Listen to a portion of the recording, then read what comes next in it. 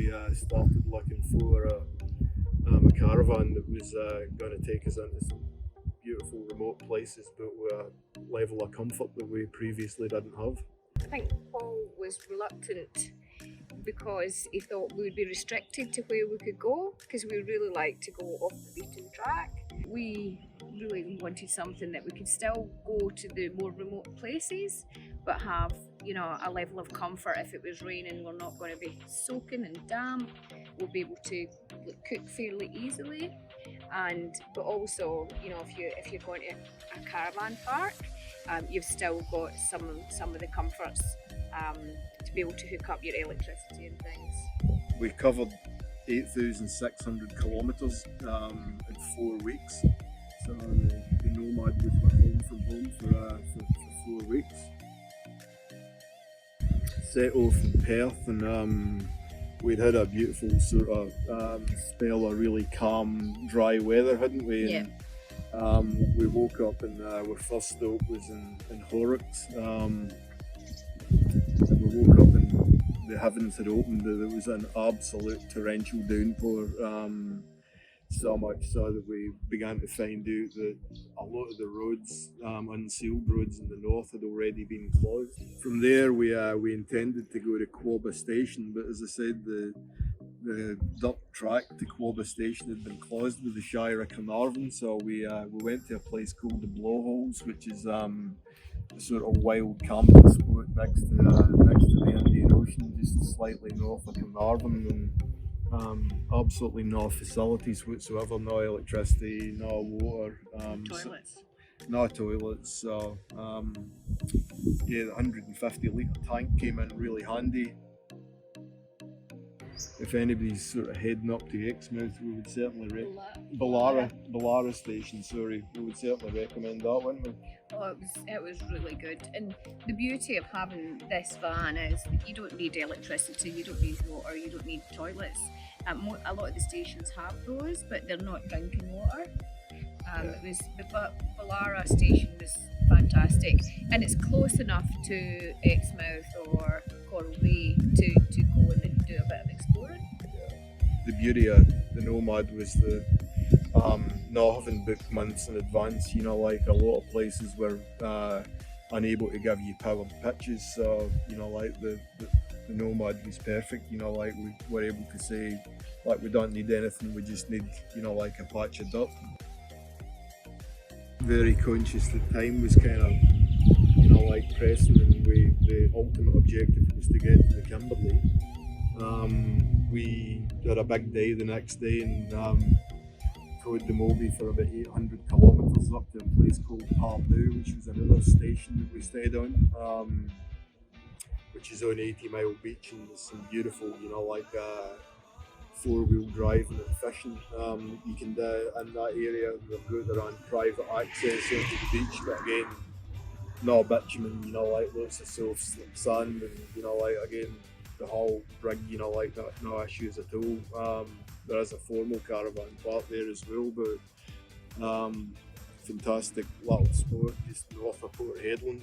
The one and only issue that we had, you know, like with the Mobi, and it was really an issue with us, was we never plugged in the Anderson plug properly, and we did have to replace the plug after dragging it along the bitumen, but that was complete stupidity rather than any sort of technical issue.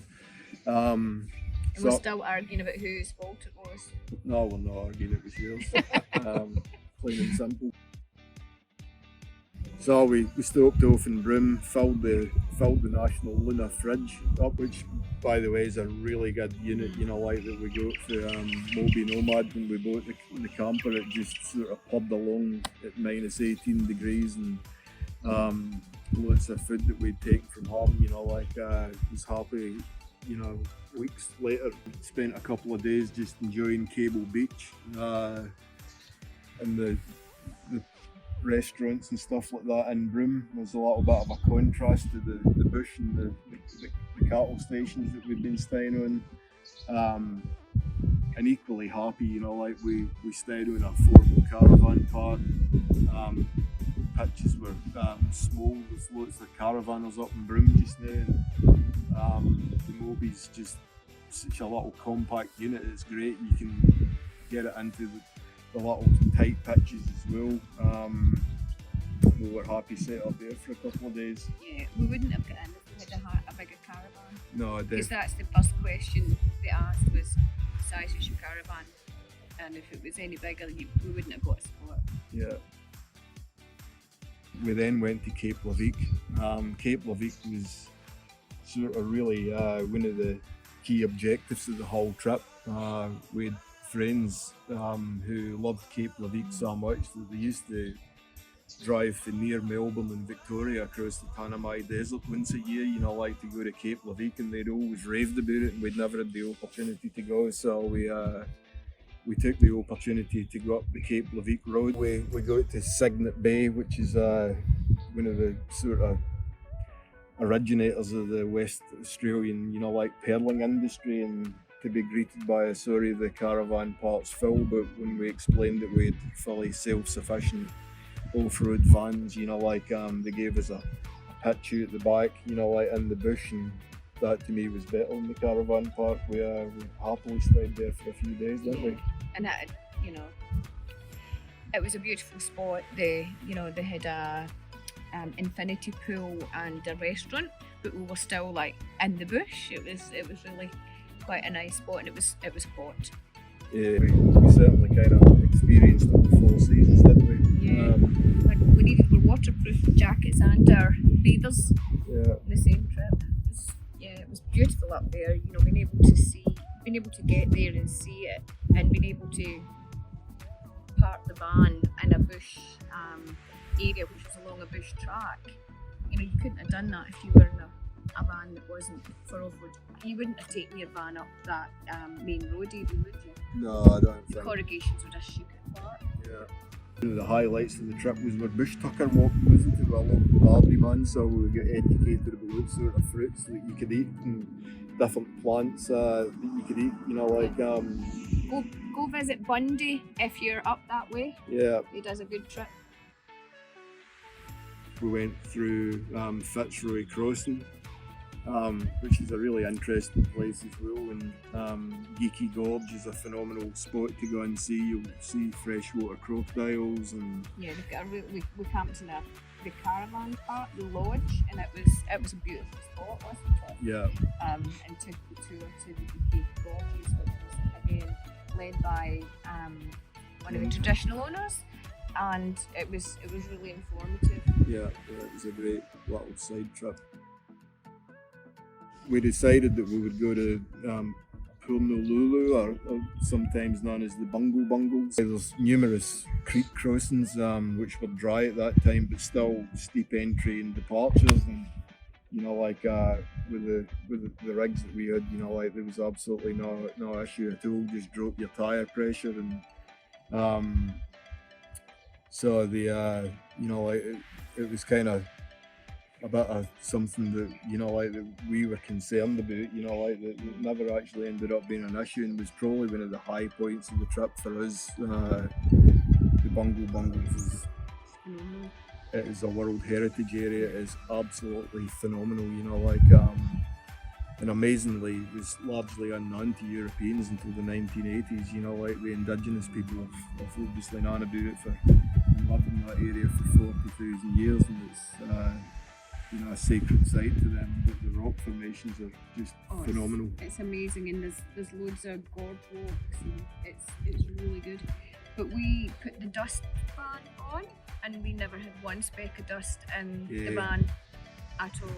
Yeah, It's really well sealed. that was it's a real plus with that van, you know, like, because that red dust, you know, like it kind of, It's everywhere. it's synonymous with the outback, but it's also, you know, like it's better in photos than it is in your bed, you know.